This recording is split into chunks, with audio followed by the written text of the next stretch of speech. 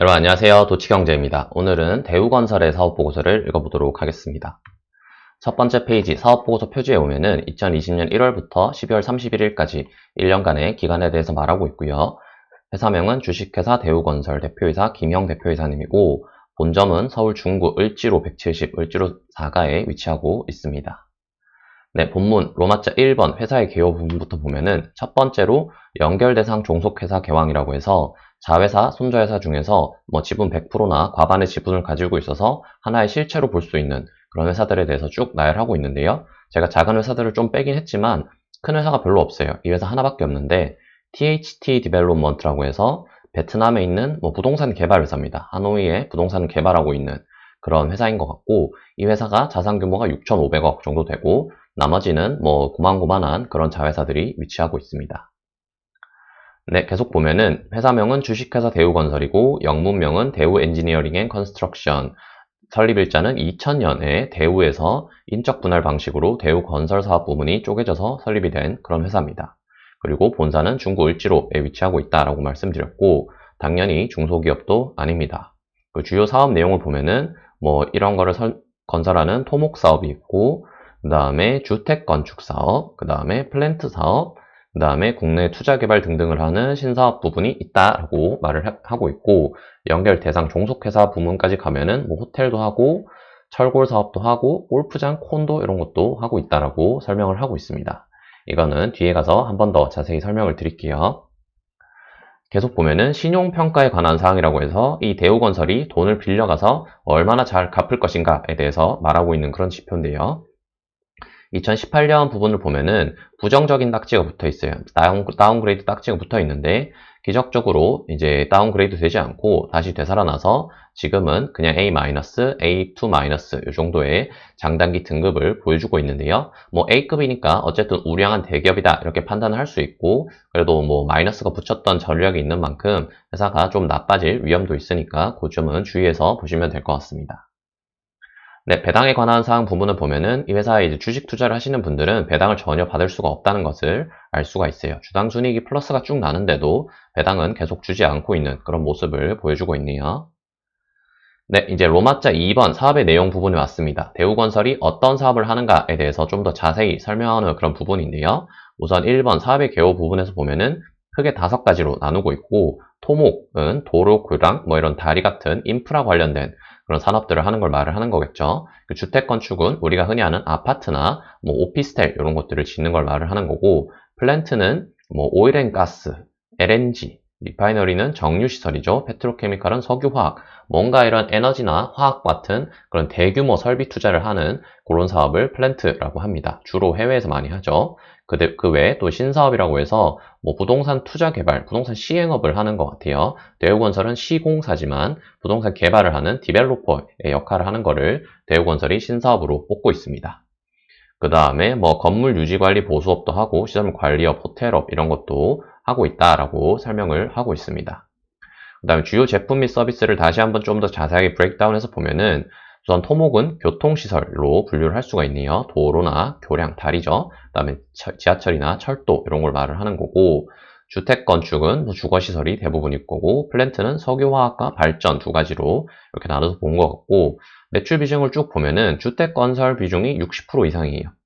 그래서 우리가 아는 대우건설 하면은 푸르지오라고 하는 브랜드가 있죠. 그 브랜드를 짓는 아파트 그런 사업이 가장 큰 매출 비중을 차지하고 있고 그 외에 토목 비중이 한 20% 조금 안 되는 수준 그 다음에 플랜트도 한 15% 내외 이 정도로 보여주고 있습니다. 그래서 대부분 주택 건축에서 매출을 일으키고 있고 기타 부분들은 약간 곁다리로 하고 있다 이렇게 생각하시면 될 것 같아요. 네, 계속 보면은 매출에 관한 사항 부문에서 토목, 주택, 건축, 플랜트, 신사업, 기타 이렇게 아까부터 계속 5가지로 나눠진 걸 보고 있는데 여기서는 국내, 해외로 이렇게 나눠서 보여주고 있어서 제가 또 가져와 봤습니다.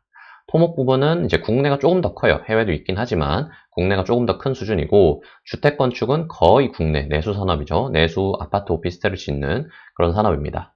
플랜트는 해외 매출이 대부분이죠. 지금 원래 19년, 18년에는 더 비중이 높았는데 비중이 높았다라기보다는 어쨌든 이제 해외 매출이 굉장히 컸는데 좀 쪼그라든 상황이긴 하지만 어쨌든 해외 비중은 굉장히 높다 이렇게 이해할 수 있습니다. 그 신사업 같은 경우에는 뭐 말 그대로 신사업이다 보니까 매출 비중이 아직은 낮은 모습을 보여주고 있네요. 네, 어쨌든 이렇게 쭉 보면은 주택 건축 부분이 매출이 제일 크고 그 중에서도 국내 매출이 제일 크기 때문에 전체 매출 8조 중에서 국내 주택 건축 매출이 5조 이상으로 50% 이상이 여기서 매출이 나오고 있다라는 거를 이해하시면 될 것 같습니다. 그래서 뭐 국내 아파트 경기, 오피스텔 경기 이런 거에 따라서 이 회사의 실적이 많이 좌지우지 된다 이렇게 생각해 볼 수 있겠네요. 네, 계속 보면은 이제 건설회사니까 수주 상황이 어떤지가 굉장히 중요하겠죠. 이 회사가 과연 얼마만큼의 매출을 향후에 일으킬 수 있을 것인가, 공사를 이제 수주를 해서 얼마나 매출을 많이 일으킬 것인가에 대해서 쭉 이렇게 보여주고 있는데 계약 잔액 기준으로 큰 순서대로 이렇게 나열을 한 겁니다. 좀 더 많은데 제가 많이 잘랐고요. 우선 큰 걸 보면은 둔촌 주공 재건축 산업, 그다음에 GTX-A 뭐 수도권 광역철도 급행 뭐라고 하죠? GTX라고 하는데 어쨌든 이 A 호선의 사업 관리를 하고 있고 둔촌 주공 재건축 사업도 수주를 해서 하고 있습니다. 이거 두 개가 지금 계약 잔액이 굉장히 큰 수준을 보여주고 있고 그 외에 이제 검암 뭐 인천에 있는 그런 이제 검암역 인근의 아파트인 것 같아요. 프로지오 2단지 1단지인 거 보니까 덕소 이것도 남양주 어디겠죠. 매교 뭐 수원 우동이면 부산인가요? 장위는 서울인 것 같고 의왕, 영흥, 산성역 뭐 어쨌든 다 아파트 사업인 것 같습니다. 아파트 대단지 아파트를 수주해서 계약 잔액이 수천억 규모, 많게는 뭐 4천억까지도 아파트 짓는 사업을 하고 있고 가장 큰 사업이 이것도 아파트죠. 6,800억 규모의 뭐 우리나라 최대 규모의 단지라고 말하고 있는 둔촌주공 재건축 산업을 대우건설을 수주해서 공사를 하고 있습니다. 계약 잔액이 한 7천억 가까이 그렇게 되는 모습을 보여주고 있고요. 이렇게가 이제 국내 합쳐서 한 31조 정도의 계약 잔액이 있는 거고 아까 이제 2020년 매출이 8조였는데 국내 수주 잔액만 31조가 남아 있으니까 대충 봐도 뭐 한 4년 정도는 괜찮겠구나라는 거를 알 수가 있는 거죠. 그리고 해외 부분을 보면은 해외는 총 한 6조 정도 되고 역시 순서대로 봤는데 이라크에 뭔가 크게 하고 있는 것 같아요. 이라크 알포, 친매, 이라크 연결도로, 이라크 항로 어쨌든 이렇게 뭐 이라크가 굉장히 많은데 이라크에 이제 항만, 신항만이라고 해서 뭐 우리나라로 치면 부산항이나 인천항 이런 이제 국가 규모의 큰 항구를 만들잖아요. 이라크에서 그런 큰 항구, 신항구를 만드는데 그걸 대우건설이 수주를 했습니다. 그래서 뭐 공사 규모가 어마어마하죠. 준설 매립만 7,800억, 그 다음에 암벽 공사만 5,500억, 연결도로 4,700억, 항로가 3,400억, 뭐 어쨌든 수조 원 단위의 그런 사업을 수주했다는 것을 알 수가 있습니다. 이렇게 다 합치면은 뭐 몇 조가 되죠. 그 외에도 뭐 오만에 있는 리파이너리면은 정유시설 이런 것들도 사업 굉장히 크게 수주해서 많이 진행이 되긴 했고 그 다음에 아직도 3,500억 정도가 남아있다. 그 다음에 뭐 모잠비크, 나이지리아, 뭄바이, 인도 뭄바이겠죠. 싱가포르 이런 곳에 세계 각지에서 여러 사업을 수주해서 하고 있다라는 것을 알 수가 있습니다. 네, 그래서 뭐 어쨌든 수주 상황을 봤을 때 2020년 매출이 28조였던 거에 비해서 수주 상황이 굉장히 좀 잔고가 38조 규모로 많기 때문에 뭐 당분간은 뭐 수주 걱정은 없겠구나 이렇게 이해할 수 있을 것 같습니다. 네, 연구개발 활동 부분을 보면은 이 회사가 이제 시공업체지만 시공 관련 연구개발 기술에 투자를 많이 하겠죠. 연구개발 비용이 1년에 한 600억 정도를 투자하고 있고 매출 대비로는 한 0.6에서 0.8% 정도로 꾸준히 이렇게 상승하는 모습을 보여주고 있습니다. 네, 그 다음 이제 로마자 3번 재무에 관한 사항 부분에 왔는데요. 재무제표는 일단 뭐 전반적으로 다 양호하다 이렇게 말씀드릴 수 있고 자산이 이제 2018년부터 2020년까지 쭉 보면은 8조 7천억에서 9조 6천억, 9조 3천억 규모로 뭐 약간 줄었다 늘었다 하고는 있지만 어쨌든 준수하게 규모가 유지되고 있고 부채는 6조 4천억, 7조 2천억, 6조 6천억 역시 좀 왔다 갔다 하고는 있지만 뭐 어느 정도 유지는 되고 있구나라는 것을 알 수가 있습니다. 그리고 자본 역시 2조 3천억, 2조 4천억, 2조 6천억으로 돈을 벌었으니까 꾸준히 자본이 증가하고 있고 뭐 이거는 좋은 모습이다 이렇게 이해하실 수 있겠습니다. 매출은 10조에서 8조 6천억, 8조 1천억으로 매출이 조금씩 감소하고 있는데 영업이익이 6,200억에서 3,600억, 5,500억 수준으로 뭐 이렇게 왔다 갔다 하면서 2020년에는 실적이 좀 개선된 모습을 보여주고 있습니다. 그래서 뭐 매출은 줄었지만 이익이 좀 개선이 되면서 회사가 좀 효율성을 다져가고 있구나 이렇게 이해를 하실 수 있겠습니다. 당기순이익 역시 18년 2,900억에서 19년 2,000억으로 줄었다가 20년에 다시 2,800억으로 늘었기 때문에 회사가 매출은 좀 줄었어도 수익성이 좀 좋아졌구나 이렇게 이해할 수 있겠습니다. 네, 연결 재무제표 주석 부분을 보면은 이제 종속기업 현황이 다시 한번 나오고 뭐 지분율이 이제 여기 추가돼서 제가 다시 한번 가져왔는데 아까 이제 종속회사 중에서 이 회사만 좀 크다라고 말씀을 드렸고 나머지는 좀 뭐 다 고만고만하다 이렇게 말씀을 드렸잖아요. 그래서 이 회사의 이제 지분을 100%로 가지고 있기 때문에 뭐 재무제표가 지분율 때문에 좀 종속회사의 왜곡이나 이런 건 있지 않겠구나라는 거를 알 수가 있고 뭐 특이사항은 없구나 이렇게 이해하시면 됩니다. 네, 그 다음에 종속기업의 요약 재무상태표와 손익계산서 부분을 보면은 역시 아까 THT 이 회사가 좀 큰 편이고 당기순이익이 굉장히 이제 많이 나오고 있어요. 1330억이나 나오고 있는데 아까 이 회사 대우건설의 총 당기순이익이 2800억이었는데 이 베트남 법인만 1300억을 벌고 있잖아요. 이 말은 어떻게 보면은 이제 베트남 법인에 대한 의존도가 굉장히 높다라고 판단을 할 수가 있어요.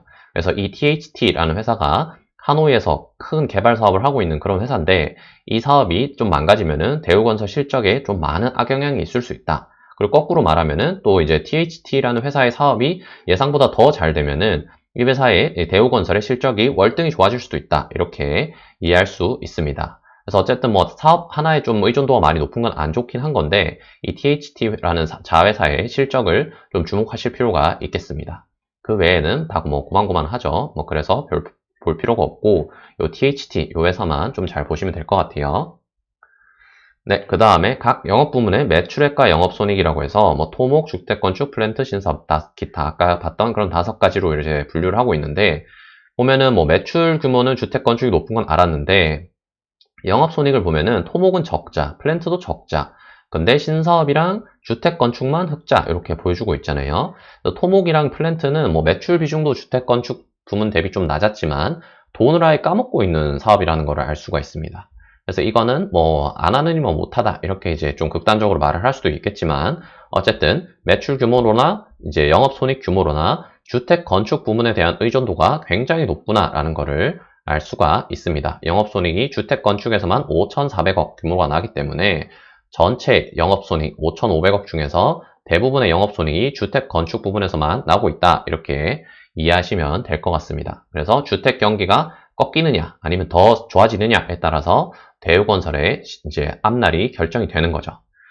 네, 그리고 지역별 매출액을 보면은 주택 건축 부분이 이제 대부분이니까 당연히 내수 부분이 높겠죠. 6조 정도가 이제 한국에서 나오고 있고 그 외에 이제 기타 등등 지역이 있는데 아까 봤던 아시아, 베트남 지역이 이제 여기 포함되잖아요. 아시아에 포함되는데 매출 규모는 이제 5,100억으로 꽤 작지만 이제 순익 규모가 1,000억이 넘었기 때문에 전체 순익 2,000억대인 회사가 순익 1,000억을 이 아시아 지역, 베트남에서만 내고 있어서 이게 매출 규모가 작다고 무시하지 마시고 아시아 지역에 특히 베트남, 하노이 지역에 그런 이제 부동산 개발 사업이 잘 될지 어떨지에 대해서 조금 더 주의 깊게 살펴보실 필요가 있습니다. 매출액의 상세 내역 보면은 도급 공사 매출, 분양 매출, 기타 매출 등등이 있는데 도급 공사 매출은 말 그대로 이제 공사비를 받는 거죠.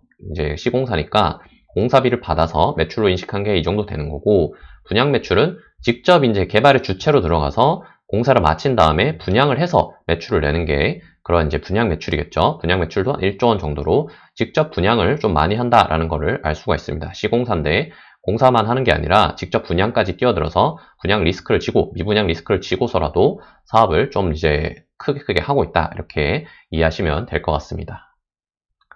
네, 그 다음에 건설 계약 부문은 이제 5가지 부문에서 봤을 때 기타 부분 빠져있네요. 어쨌든 봤을 때 2020년 한 해 동안 증감액이 한 12조 정도가 되고 13조 가까이 되네요. 대부분이 주택 건축 부문이다라고 다시 한번 말씀드릴 수 있겠습니다. 그리고 단기말 현재 공동 도급 공사, 그러니까 혼자 하는 게 아니라 여러 건설사를 껴서 하는 그런 사업들이 있는데 아까 봤을 때 둔촌주공이 이제 한 7천억 규모 이외에 이제 연결회사 그러니까 대우건설에 해당되는 그런 사업 규모인 거고 23%밖에 안 되는데 7천억이나 되는 거예요. 그러면 총 사업 규모는 거의 한 4배, 한 3조 가까이 되겠죠. 무슨 아파트 재건축 사업이 3조 규모의 그런 대규모 사업이라는 걸 알 수가 있고 GTX-A 역시 5분의 1밖에 안 가지고 있는데 5천억이니까 이것도 한 2.5조 규모의 사업인데 대우건설이 컨소시엄의 그냥 일부분으로 참여하고 있구나라는 것을 알 수가 있습니다. 그 외에 이제 이거는 해외인 것 같아요. 나이지리아, 알주르, 오만 이런 곳인데 여기도 대우건설에 해당되는 부분만 수조 원대이기 때문에 굉장히 큰 사업이구나라는 것을 알 수가 있습니다. 네, 그 다음에 관계기업 투자에서 뭐 관계기업 엄청 많은데 제가 5개만 골라왔습니다. 이 5개 왜 골라왔냐면은 일단 뭐 장부가액은 없어요. 거의 없다시피 하고 있는 것도 막 10억 이 정도라서 사실상 없는 거고 뭐 장부가가 없다라고 이제 판단을 했는데 사실상 이제 왜 그러냐면은 이제 손실을 보고 있기 때문이에요. 포천 민자발전 이 부분이 좀 큰데 보면 지분율 42%나 되잖아요. 근데 자산 규모가 9천억 거의 1조예요. 그리고 매출액은 3천억이나 나는데 문제는 500억 적자입니다. 지분을 거의 50% 가까이 가지고 있지만 적자를 크게 보고 있고 이에 따라서 지금 장부가는 없는 것으로 이제 처리를 한 거죠. 자산 규모가 9천억이 되는데도 장부가 없는 것으로 처리했고 나머지 회사들도 다 수백억대 적자를 보고 있어서 다 안 되는 좀 뭔가 잘못 물린 사업이다 이렇게 이해할 수 있을 것 같습니다. 양주역, 천마산 터널, 경산에 있는 뭐 지산센터, 우이신설 경전철 이런 것들이 대표적으로 대우건설이 실패한 사업이다 이렇게 이해하시면 될 것 같습니다. 네, 그 다음에 계류 중인 소송 현황, 이제 공사를 하다가 뭐 좀 잘못되고 이러면은 이제 공사를 발주했던 사람들이 소송을 걸겠죠. 보면은 원고 소송 건 사람은 가스공사, 인천광역시 가스공사, 철도도시 시설공단, 뭐 수자원공사, 서울시, 대한민국, 뭐 엄청 다 대부분 공기업, 지방자치단체 뭐 이런 곳들인데 뭐 정부에서 소송이 걸려 있고 특이하게 마포 레미안 프루지오의 입주자 대표 여기서도 이제 아파트 잘못 지은 거 아니냐, 하자 보수해라 이렇게 소송을 걸고 있다라고 말을 하고 있고요. 가스공사랑 특히 좀 많이 싸우고 있는 것 같습니다. 총 소송가액이 3천억 가까이 되네요. 네, 그 다음에 이제 주주에 관한 사항 부분에 넘어왔습니다. 대우건설의 주주가 누구인가에 대해서 말을 하고 있는 부분인데 KDB 인베스먼트 제1호 유한회사, 뭐 말이 어렵지만 산업은행이 가지고 있는 펀드입니다. 펀드를 통해서 대우건설을 보유하고 있는 거고 이 펀드가 과반 50.75%의 지분을 가지고 있습니다. 산업은행이 간접적으로 이렇게 보유하고 있는 거죠. 99.4%면은 사실상 다 보유하고 있는 거니까 이 펀드가 이제 다시 대우건설을 보유하고 있고 그 외에 대표이사나 뭐 기타 임원들도 있고 기타 주주들도 있겠죠. 기타 주주들 다시 한번 보면은 이제 KDB 산업은행이 가지고 있는 이런 펀드, 그 다음에 국민연금 7% 정도 가지고 있고 우리 같은 소액 주주들은 8만 명 좀 넘고 지분율은 42% 정도가 된다라는 것을 알 수가 있습니다.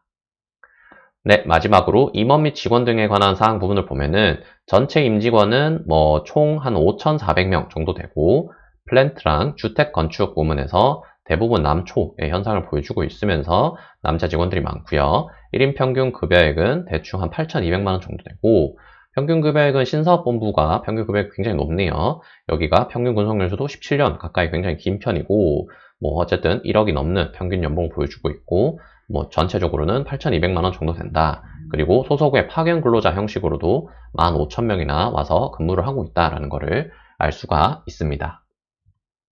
네, 여기까지 대우건설 사업보고서 읽어봤고요. 궁금하신 사항 있으면 댓글로 남겨주시면 답변 드리도록 하겠습니다. 감사합니다.